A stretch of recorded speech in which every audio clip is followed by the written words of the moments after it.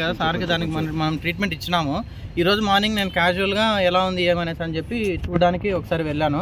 అప్పుడు సార్ నన్ను కొన్ని టెస్టులు చేయించాను సార్. ఆల్రెడీ నేను కొంచెం పేషెంట్ని అనేసి అని చెప్పారు. అందుకని చెప్పి కొన్ని టెస్టులు చేయించాం అనేసి అని చెప్పి మన రాంపేట గవర్నమెంట్ హాస్పిటల్ తీసుకొని వచ్చినాము.